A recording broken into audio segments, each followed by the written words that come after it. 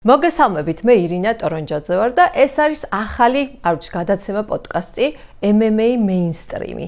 იდეა სწორედ ის არის, რომ MMA გავხადოთ მეინსტრიმული და სწორედ ისეთი მაყურებლის, როგორც თავად მე ვარ, მეინსტრიმული, ასე ვთქვათ, პოპ მაყურებლისთვის იყოს ხელმისაწვდომი, აღქმადი და საინტერესო. ახალ არხთან თანამშრომლობ, ეს არის MMA Info და სწორედ ამ არხზე YouTube-ზე გავა ეს გადაცემა პოდკასტი და აუცილებლად გამოგვიწერეთ.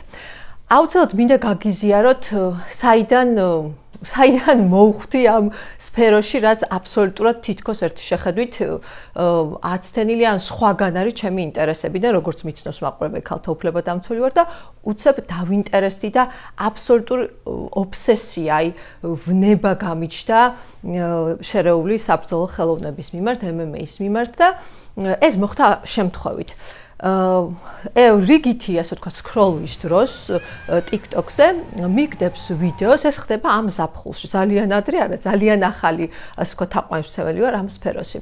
რიგითი სკროლვის დროს TikTok-ზე ამომიგდო ბრძოლა ილიასა და ვოლკანოვსკის შორის.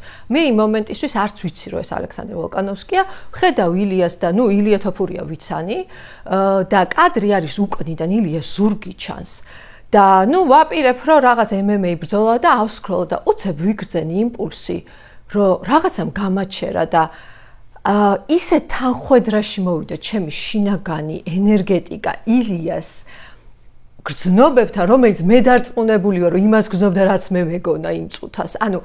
სახეს ვერ ვხედავდი, ზურგითვე ვიგრძენი, როგორ მოლოდინში იყო, როგორ ელოდებოდა რაღაც აღმატებულს და მივხვდი, რომ რაღაც ამბავი ხდება აქ. ამ დროს მესმის ხმა, ეს იყო ალექსანდრეს ხმა, ქართული, რომ სიმშვიდე ილიას სიმშვიდე მაღაზ მარცხნიდან მოუჭერდი. ოღონდ მე ამ დროს არ ვიცი, რომ ილიას მაყავს, რომელიც მის კორნერში დგას ხოლმე. არაფერი არ ვიცი. ქართველის ხმა მესმის და ვფიქრობ, რომ ეს ვინ არის?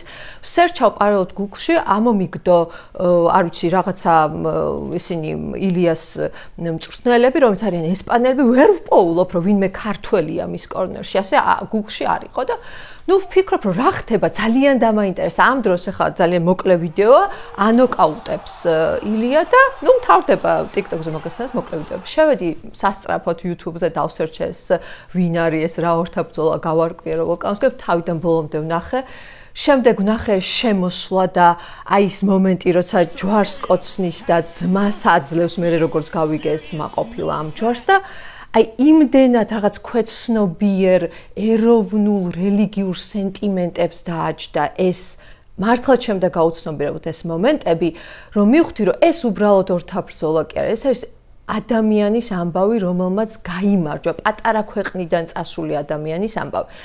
მე მეგონა, რომ ეს ამით ამოიწურებოდა ჩემთვის, თუმცა იმ დღიდან დღე აღარ ჩამიგდია და რა თქმა უნდა ილიათი დავიწყე ეს ასე ვთქვათ ბრძოლების შესწავლა და 17 ბრძოლა მაშინ 16 ქონდა და ყველა ბრძოლას უყურე UFC-მდე UFC-ში რა როგორ დამთავრდა რამოდენიმეჯერ ასე შემდეგ და მოკლედ ილიოლოგი გავხდი ცოტათი რა თქმა უნდა მერაბ დვალიშვილსაც უყურე და ისედაც ახლა თვალს ვადევნებდი თუმცა ეს პირველი იმპულსი აქედან წამოვიდა ეხლა როდესაც ვსაუბრობთ ილიაზე აუცილებლად ეგრევე თავში მოდის და მე უკვე რო uffollow-დები და თვალს ადევნებ, ძალიან ხშირად მიგდებს ხოლმე ხაბიბი, დაღესტნელების, ასე ვთქვათ, კონტექსტში ილიას პერსონას და ყველაზე დიდი მოსალოდნელი ბრძოლა, რაც გველის და თითოეული ქართველი ელოდება, არის ისლამ მახაჩევთან ბრძოლა და ეს იქნება ილიასთვის მესამე ქამრისთვის რაღაც უპრეცედენტო ბრძოლა.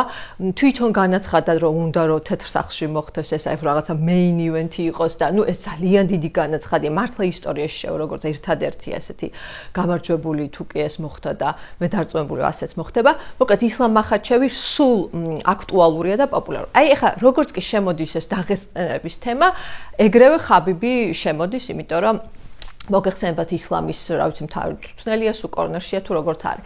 ძალიან მინდა დაღესტნელებთან მიმართებაში გავარჩიო ილია ჯერ რა უნდა ვქნა.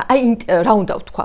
ინტერვიუებში, როცა ადარებენ და ძალიან ბევრ page-ს uffollow-დები და ხანდახან ნერვები მეშლება ხოლმე, იმიტომ რომ შედარებების დროს, პირველი რაც შემიძლია ვთქვა, რა უპირატესობა აქვს ილიას. როცა ილია ესაუბრება, პრეს-კონფერენცია თავის თაყვანისმცემლებს ესაუბრება, იგრძნობა პოდკასტებს, ინტერვიუებს რო აწევს, იგრძნობა, რომ თვითონ ყველა სიტყვა ინტერესებს, ყველაფერში ჩართულია. აქეთ მის ბუნებრივ ქარიზმას ესმატებს კიდე საინტერესოებას, თვითონ მაგრა ინტერესებს, რაზეც ლაპარაკობს, აი როგორ წარმოჩინდება, როგორ შოუს აკეთებს, მე ვამბობ ჯერ ოქტაგონის მიღმა.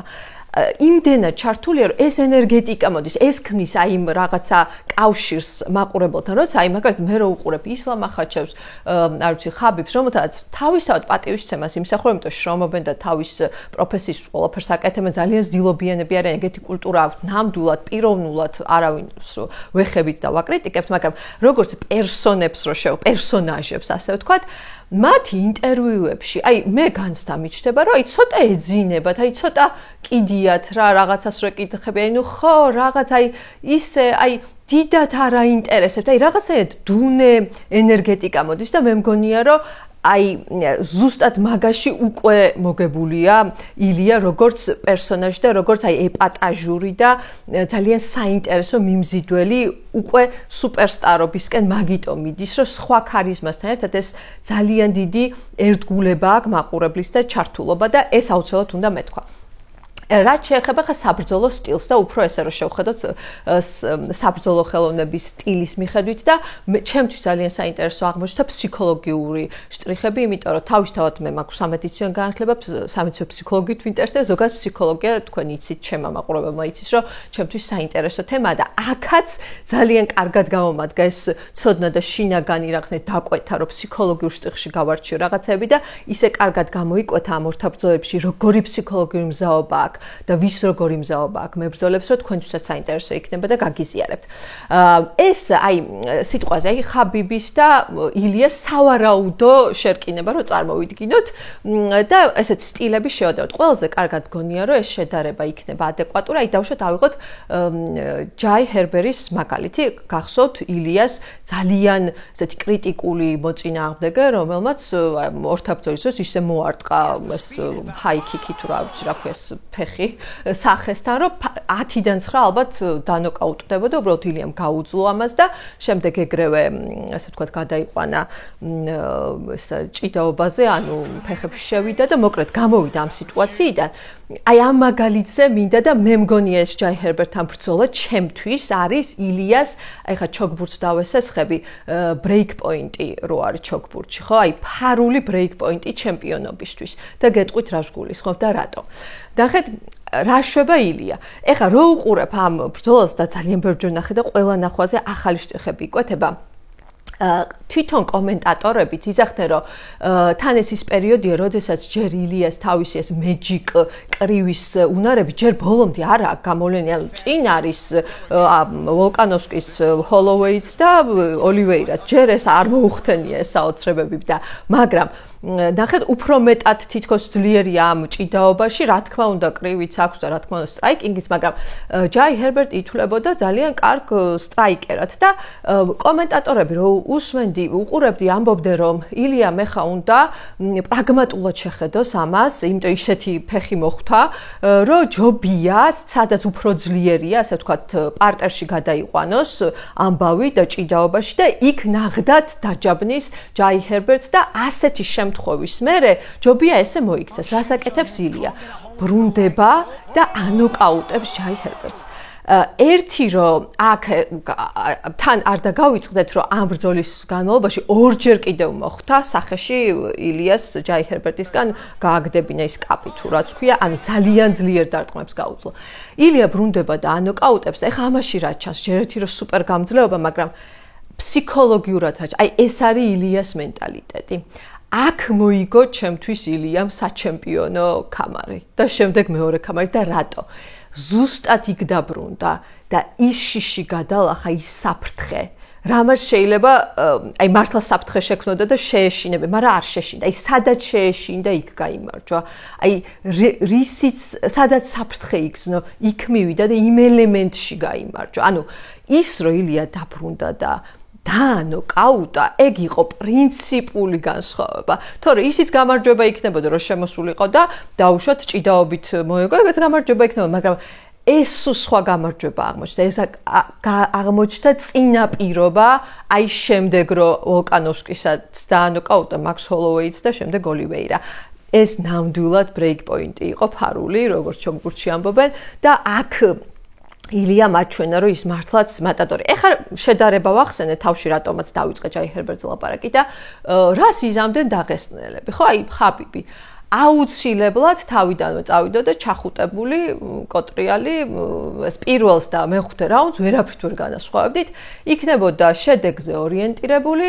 აი დილით რო ჩართო დაღესტნელების ბრძოლა და თუ ლოგინიდან არადექი საწოლიდან და ცოტა ცივი შხაპი არ შეისხი, შეიძლება გადაბრუნდე და დაიძინო და რო გაიღვიძებ ისე ჩახუტებულები დაგხვდებიან, იმიტომ რომ ეგ არის, ანუ კი ძალიან მაგრები არიან ამ ჩახუტებაში და ისიც გასაგებია რომ ხელოვნებაა და რა ჯიუ-ჯიტსუ თუ რაც არის, ყველაფერი ძალიან მაგარია, მაქედან მოდის ილიაც. უბრალოდ აი შოუ რაც არის, აი რა სანახაობასაც, რა განვითარებასაც ილია გვთავაზობს, წარმოუდგენ შეუდარებელია, ნურც შეედრებიან, ნურც ხაბიბი, ნურც ისლამ მახაჩევი. მე ვფიქრობ, რომ ილია თოფური არის სინთეზი აი საუკეთესო სინთეზი კონორ მაკგრეგორის და ხაბიბის.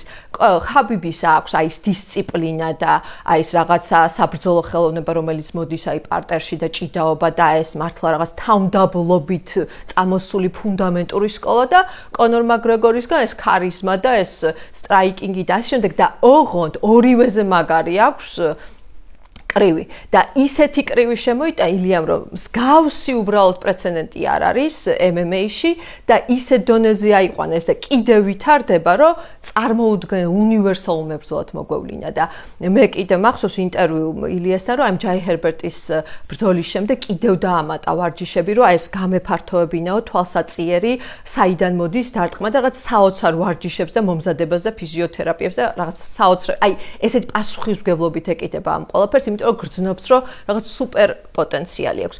ესეც აუცილებლად უნდა მეთქვა და აი ზუსტად ჯაი ჰერბერტის მაგალითი არის ჩემთვის კიდევ უფრო დიდი და აი დიდებული ბრძოლა, ვიდრე ვოლკანოვსკი, მაქს ჰოლოვეი და ოლივეირა. აი ჩემი აზრი ასეთია და ეს აუცილებლად უნდა მეთქვა. ჩემს აღქმაში ილია თოფურია და ისლამ მახაჩევს უკვე არათანაბარი სასტარტო პირობა აქვს და რატო? ისლამ მახაჩევი მაინც ფსიქოლოგიურად უკვე არის მეორე და რატო თავისივე გუნდშია მეორე. მას ყავს აი father figure, რასაც ქვია ხაბიბი, რომლის სახელს აი რაც არ უნდა ქნას სურო ყურებზე იბზრიალოს ვერ გადავა. ის რაღაცა პატარა ძამიკოს როლშია მაინც ფსიქოლოგი და აი რო გამოდის, მაინც გაყვალული აქვს მას სახელიც, გზაც, სკოლაც. მან უბრალოდ უნდა გაამართლოს ეს, უბრალოდ არა დიდ შრომასდებს ამაში, მაგრამ ერთის მხრივ ეს ძალიან მაგარია, მაგრამ მეორეს მხრივ ფსიქოლოგიურად ეს ძალიან დიდი წნეხია. მაშინ როდესაც ილია უკვე პირველია, უკვე გამარჯვებული, ილიასთვის გზა არავის გაუყვალოს, ის თავად გახდა ელმატადორი. ილია არის პირველი, ფსიქოლოგიურად პირველია. ამიტომ აი ოქტაგონზე რო შედის ილია, იქ უკვე გამარჯვებულია, ფსიქოლოგიურად. ამას ძალიან დიდი მნიშვნელობა აქვს და მე დარწმუნებული ვარ, აი რომ შედგება ეს ბრძოლა მათ შორის, ილიასთვის ეს კიდე დამატებითი ბონუსი იქნება, რომელსაც დარწმუნებული თუ ცნობიერად ვერ აღიქვამს, ქვეცნობიერად მაინც გრძნობს. როდესაც ილიაზე ვსაუბრობთ, რა თქმა უნდა, აი სულ პარალელურად შემოდის მისი ძმა ალექსანდრე, როგორც გითხარით, ალექსანდრე ჩემთვის არის ხმა პირველ რიგში, იმიტომ რომ როცა უყურებ ილიას ბრძოლას და თუ მესმის ხმა, რომ აი სიმშვიდე ილიას, სიმშვიდე, კაი ბიჭი ხარ. აი ეს თუ გავიგე, რომ კაი ბიჭი ხარ, აბა ესე ყველაფერი კარგად ვიცი, ალექსანდრე მიცის. აი ეგრე, კაი ბიჭი ხარ, აი ეს ყველაზე საყვარელი ფრაზაა ჩემთვის, ბრძოლის დროს ძალიან გამამხნევებელი და ჩემთვის პირველ რიგში ხმა არის და ეხლა უკვე გახდება რეალური მებრძოლი, იმიტომ რომ ეხლა იწყებს არა ჩაატარა ქონდა ბრძოლები, უბრალოდ ეხლა იწყებს აქტიურად, ასე ვთქვათ, თავის დამკვიდრებას.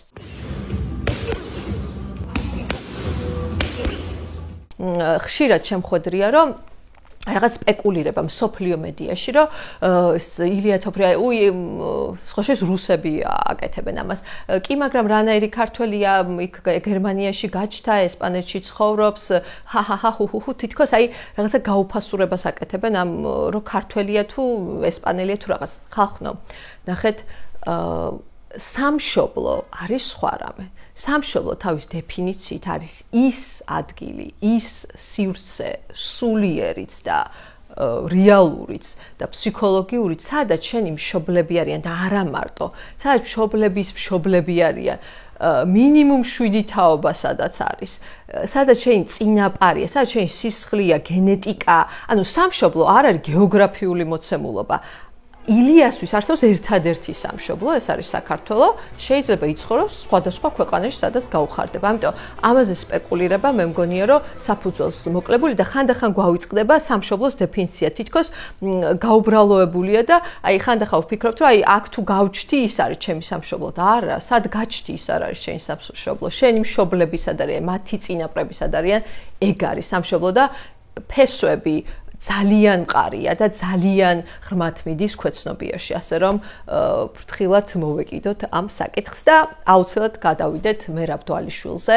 ეს არის, არ ვიცი, ჩემთვის მერაბ დვალიშვილი არის მებრძოლი, რომელიც მგონია, რომ იმდენად ძლიერია თუ იმდენად რაღაც ყოვლისშემძლეა, რომ ერთობა როცა იბრძვის. მე ეგეთი განსა პირველად რომ ნახე მერაბის ბრძოლა, მე გონა რომ რაღაცა ისიც კი ვიფიქრე მართლა რომ რაღაცა სახუმარო ის ხო არ არის თქო ჩაწერა რაღაც უბრალოდ ხარ ხუმრობენ იმიტომ იმდენად თავისუფლად იბრძოდა იმდენად თავდაჯერებული რაღაც იქ აუდიტორიასთან კონტაქტში შესვლა რაღაცა საოცრებებს აკეთებდა რომ ვიფიქრე კი მაგრამ ესე უადვილდება იმიტომ რომ მებრძოლები რა ვიცი სულ ზღაფავდნენ მისი ოპონენტები და ნუ გასაგებია რომ მერაბის კარდიოზე ყველა საუბრობს და აქ ახლა ახალს ვერაფერს ვიტყვი ფაქტია რომ წელს რეკორდს ამყარებს და მესამეჯერ დაიცვა უკვე ქამარი, რაც არის საოცრება და წელსვე ჩაენიშნა 7 დეკემბერს პიოტრ იანთან ბრძოლა და თუ მეოთხეჯერ დაიცავს ქამარს, ეს იქნება უპრეცედენტო შემთხვევა და მართლა რეკორდს მოხსნის. მერაბ დვალიშვილი მე დარწმუნებული ვარ, რომ ასეც იქნება და ჩვენ ვიხილავთ ამ ტრიუმფს და იმდენად ადვილად აკეთებს ამას, რომ დაფიქრდე, რომ წელიწადში მეოთხე ბრძოლას ატარებს ადამიანი არ ვიცი, ეს კიდე ცალკე მართლა სალაპარაკოა და ჩვენ აუცილებლად დავბრუნდებით ამ თემით და უკვე დეტალურად კონკრეტული ბრძოლების მაგალითზე გავივლით, რა მუღამები აქვს, რა ხრიკები თუ არ ვიცი, სადიმალება მერაბ დვალიშვილის ეს super power, ასაც ქვია რაღაც ზე ბუნებრივი ძალა და ძალიან დიდი სიამოვნებით ვისაუბრებთ უკვე ამაზე. აუცილებლად გამოიწერეთ ჩვენი არხი MMA info, თუ გსურთ რომ იხილოთ როგორც სიახლეები და თარგმნილი ინტერვიუები, რომელიც შეიძლება არ იყოს ესე ხელმისაწვდომი სხვაგან ქართულ ენაზე და ამავე დროს ჩემი გადაცემა MMA mainstream-ი, რომელიც აი ზუსტად ესეთ mainstream-ულ და ადვილად გასაგებ კონტექსტში მოგაწვით ჩემს მოსაზრებას და ერთად გავივლით MMA-ის ამ შესანიშნავ და საინტერესო გზას.